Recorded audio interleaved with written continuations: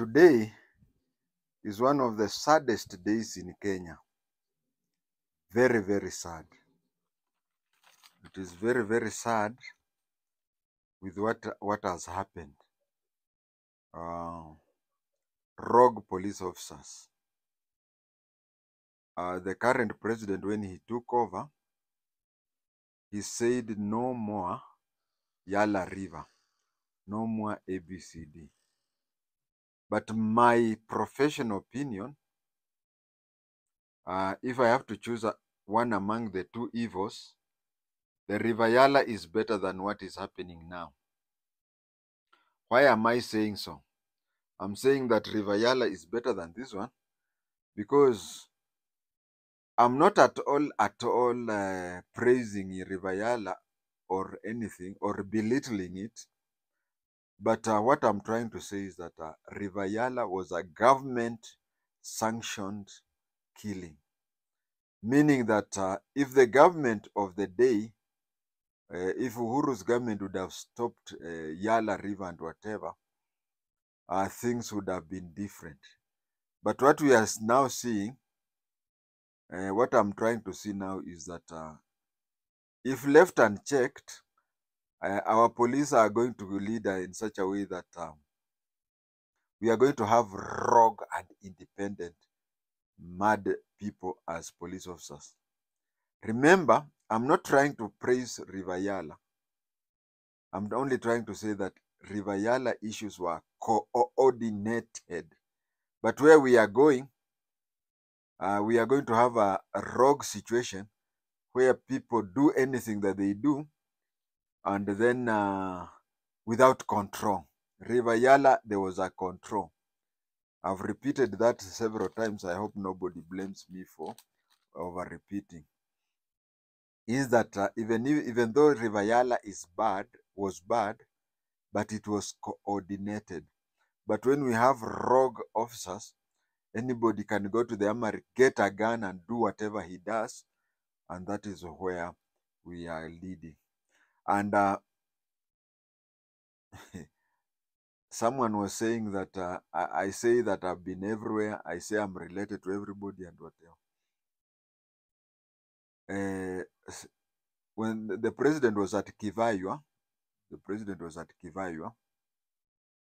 and if I tell people Kivaywa is home, people will say, you have come up with another story. Well, I have to tell you that one of the longest BOG, they used to be called BOG, nowadays they're called BOM.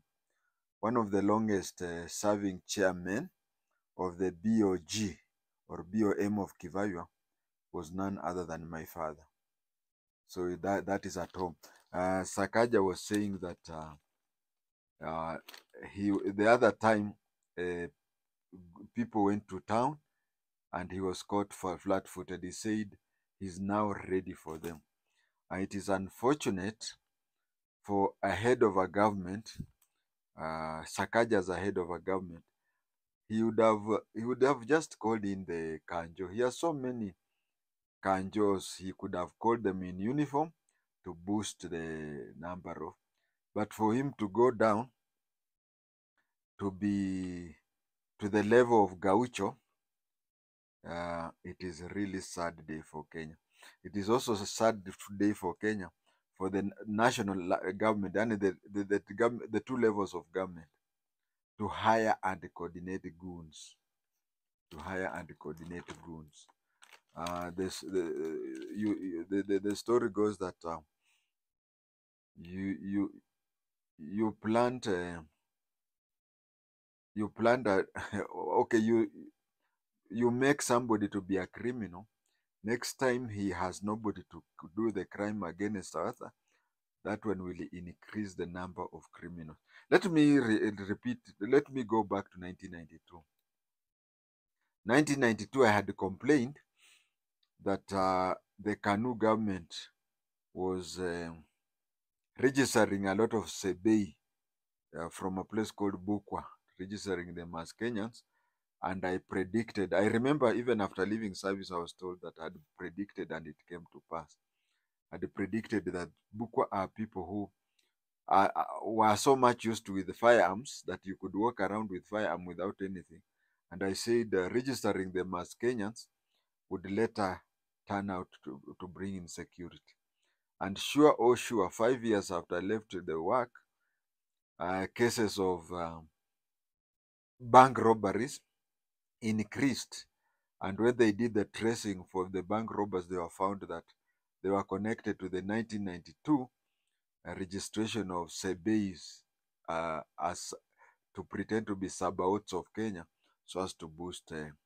You start grooming those whatever, and you give them 1,000 per day to reach a place where demonstrators will fear and not go for demonstration, and then these goons will want to be paid 1,000 per day, which you cannot afford, and the mugging will increase.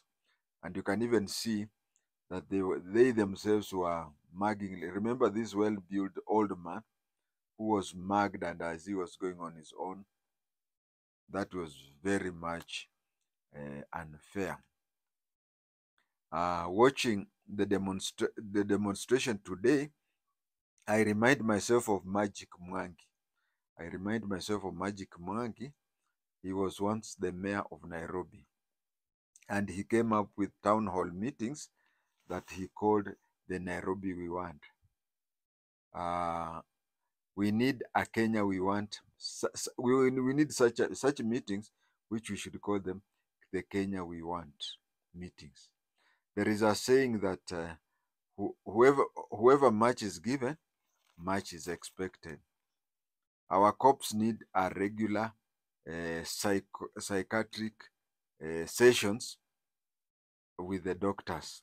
We need psychiatrist sessions with the doctors.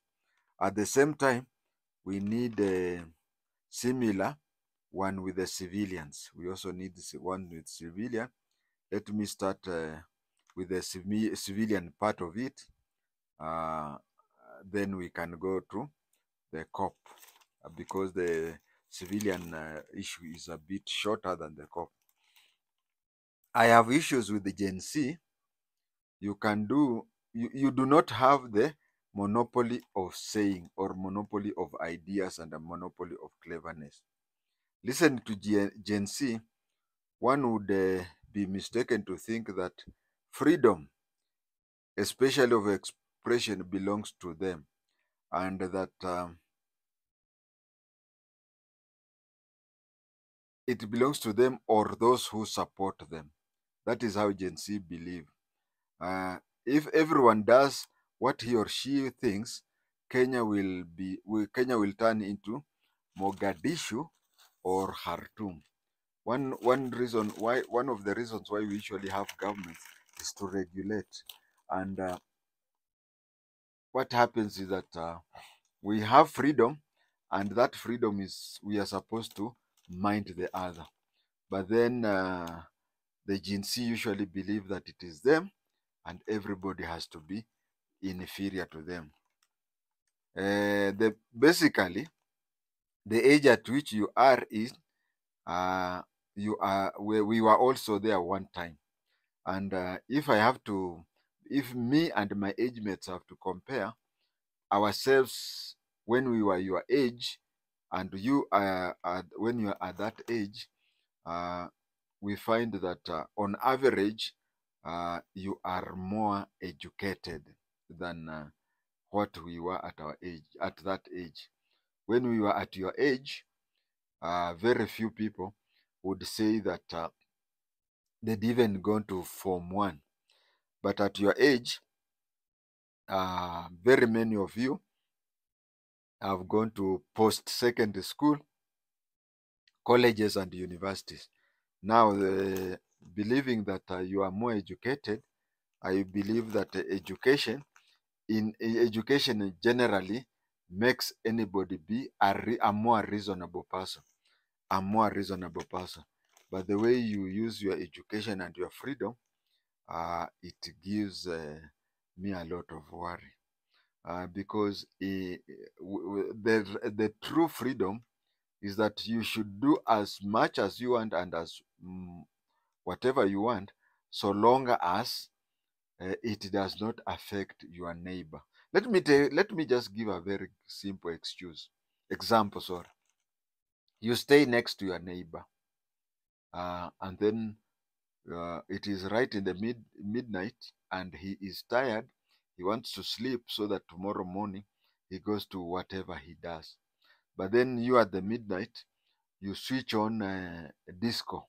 Eh? It disturbs him, and especially if it is the type of music that he doesn't he doesn't like. And if he asks you, say, but I'm doing it, you are supposed to make as much noise as you want, so long as it does not affect the other one, or the other one does not complain. If your neighbor complains, then you reduce the volume.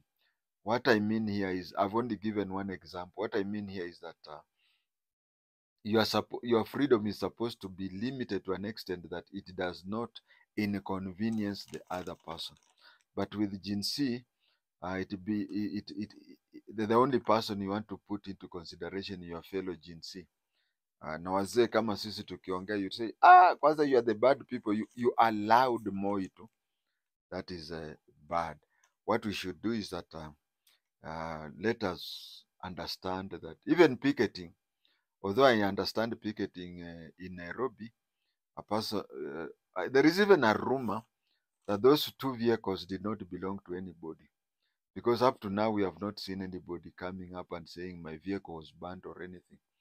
There is a rumor, which I tend to believe it may be true, that the county government, we have several cars that have been dropped under, like they had accident or anything, because I'm told that the number plate in the white vehicle does not fit with that type of a vehicle or something.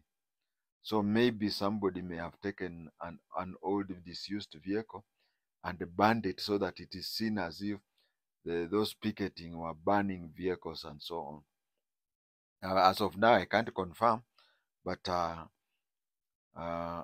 it is obvious that the county government is trying to use an illegal way to solve a legal problem. And they say two wrongs don't make a right. So, but I want to talk to the young people and tell them, express your uh, freedom, while understanding that freedom is a paradox. It is not completely yours. If you want a freedom to be yours completely, go to the middle of Sahara Desert. You can shout the way you can shout. You can do anything without doing, because you'll not have a neighbor. But here, when you have to, in your mental status, you have to know that you have a neighbor whom you should put into consideration. Now, going to the police, during my trainings, because it was not one, during my trainings in Kiganjo and other campuses related to the police, we were taught on how to overcome provocation. We were taught how to overcome provocation. We were placed in such a way that the reality it's a long story, but I have to tell you that we were put through very tiresome situation, physically and mentally, such that we were made to leave Kiganjo knowing that for a police officer to squeeze the trigger, he or she does not have to squeeze the trigger because of physical provocation. You can physically provoke him.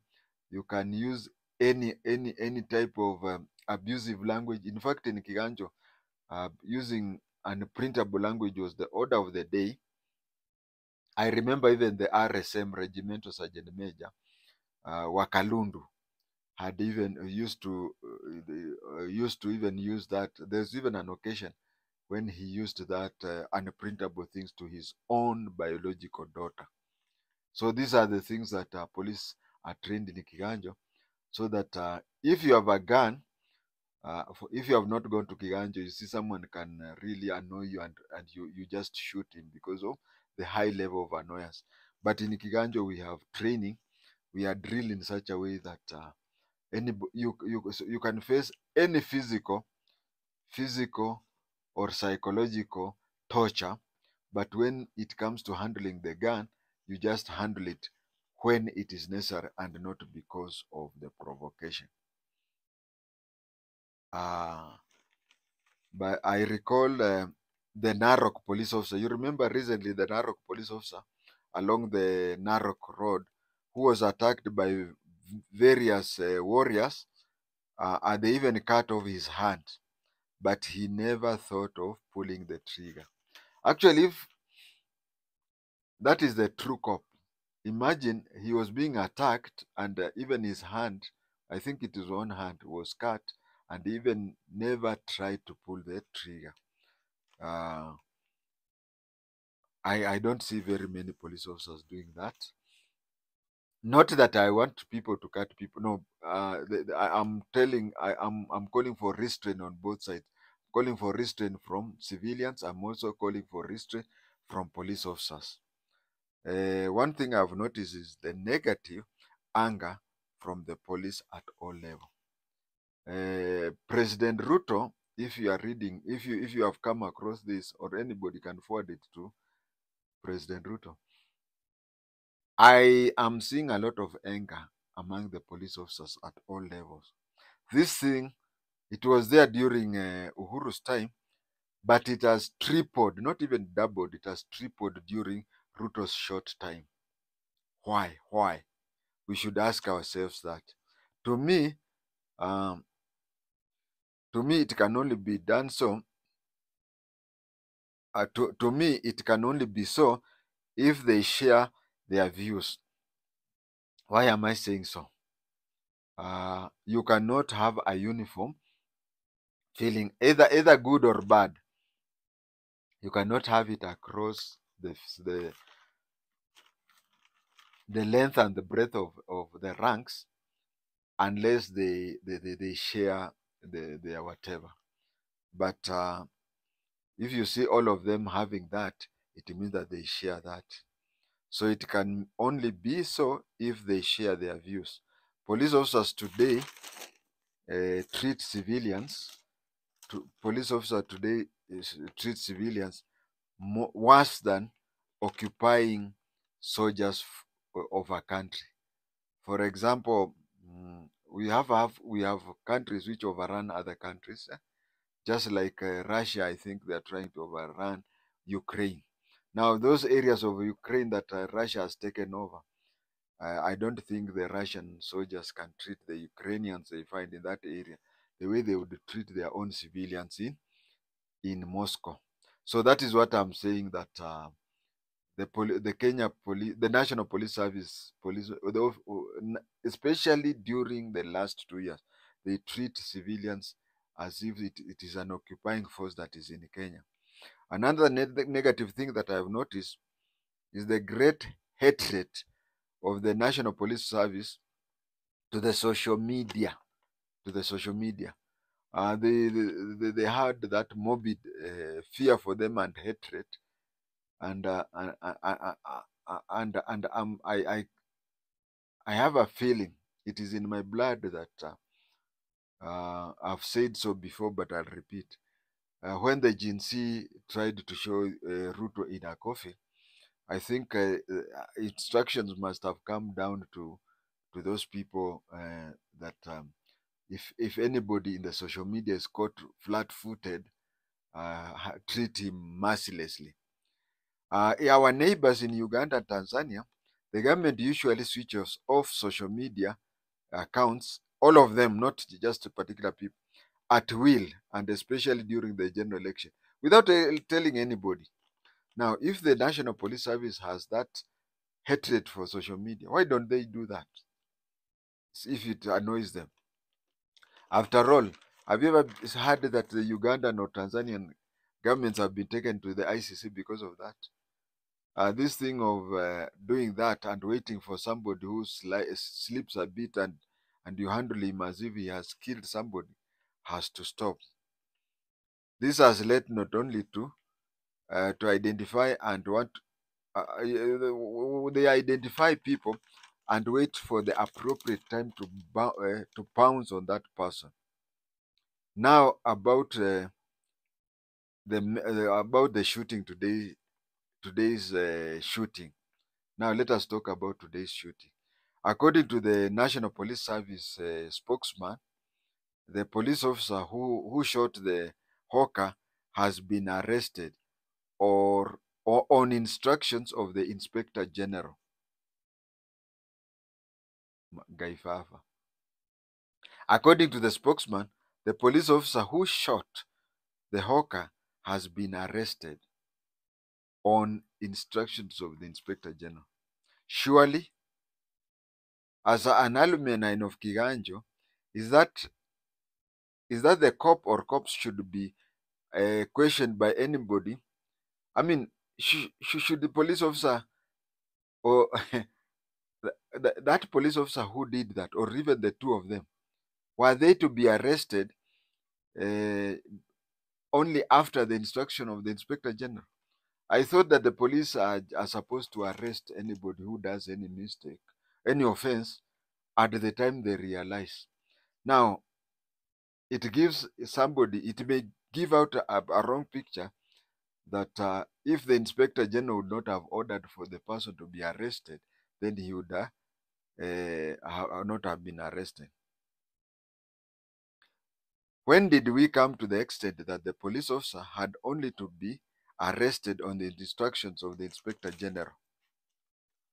We thought that they are supposed to be arrested once the offense has been done. The other shocking thing is that the Inspector General had ordered the arrest of the shooter. No mention has been said of the other one. Let me start with the colleague. Let me talk about the one who did not shoot, isn't it? All that happened, he participated equally. It is only that his colleague pulled the trigger. Otherwise, everything that his colleague did, he himself was also guilty. Does it mean that he will not be arrested? And there are so many offenses that he did. The other cop equally molested the hawker. Equally molested the hawker. Now, if you want to arrest the one who pulled the trigger for pulling the trigger, you are trying to tell us that if he would not have pulled the trigger, then and the hawker was still alive, then you want to tell me that nobody would be arrested. He's being arrested because he pulled the trigger. And you see the second one, the one who did not pull the trigger, he never restrained his colleague. Both never bothered to see the condition of the hurt person. Imagine after shooting, you know,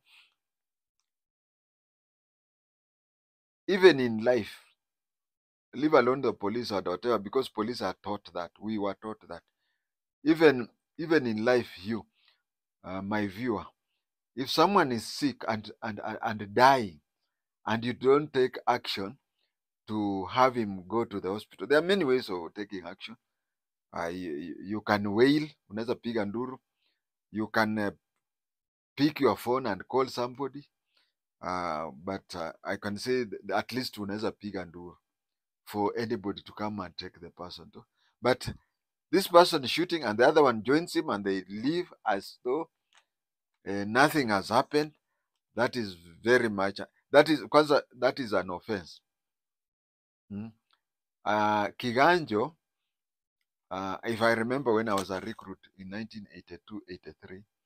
1982-83, there is one thing that was compulsory, you must pass.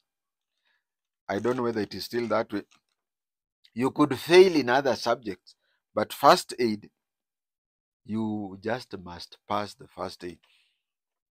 Although we knew tricks of going through, because we were so many, we were told that if they tell you to do this and you don't know, you do the other thing that you have crammed. For example, they tell you to tie the leg and maybe you know how to tie the arm sling. The St. John's person has told so many people, and then you come and say, teacher, you told me to tie the arm sling, and here it is. But in Kiganjo, during my time, it was that if you failed the first aid, that was the only subject that I knew of, which if you failed, you do not there was something that was called backscoding. Backscoding is that, for example, you're doing form 4, and then this year, and then you repeat the form 4 to do it again with those who are in form 3. That is what we used to call backscoding. The two never bothered to do the first aid and ignored the person. They were supposed even to flag down a vehicle or whatever. They walked out. Plus, the second officer is an accessory to the shooting. There is no evidence of the second cop trying to point out to his colleague of his excesses. He didn't. There is no sign of him even doing that. They just walked away, such to an extent that if you would not have seen the shooting, if you started watching immediately after shooting and they're walking away, you'd not even know that they've slapped a person, leave alone shooting him to kill him. Near my home place, there is a place called Lubao. There's a market called Lubao. Lubao is famous for selling of dogs. Now, what people do in Lubao when they want to sell dogs, they usually starve the dog without food, and they usually beat up the dog. So when you want to buy a dog and you are shown one, when you go to touch the dog becomes very hostile and barks a lot. You think that it is barking because it is tough. No, it is barking because it expects you to beat it up. That is, I think, what is happening to the police now. It is happening to the police now that they are being starved and they lack salary. That makes them be wild. I think that is why I believe they are behaving the way they are behaving. Let us look at it this way. Ask any police officer or inquire on your own to know how much, let's say, an inspector, today an inspector is promoted to the rank of chief inspector, isn't it? How much more does he get on top of his salary? I would not be surprised. I would not be surprised today if I was told it is 5,000 shillings. I would not be surprised if it is around 5,000. But comparing, let me do some comparison. In June 1988, my salary was 1,750. That was my basic salary. And in August 1988, my basic salary was 3,890. Then you add house allowance of 1,300 to what I was getting. So my promotion in July 1988 saw me take a pay that was 3 times what I was earning a few months ago. But if you talk to the police today, they'll tell you that any promotion you get nowadays, and that is why Mutiambai, at first Mutiambai brought this issue that police officers who have stagnated in one rank for quite a long time, they go to the next rank, and I congratulated him for that, not knowing because when you go out you don't know what remains in the home, not knowing that most of those promotions that they get on merit has no financial effect. I've just shown you how my salary moved up to around 3 times.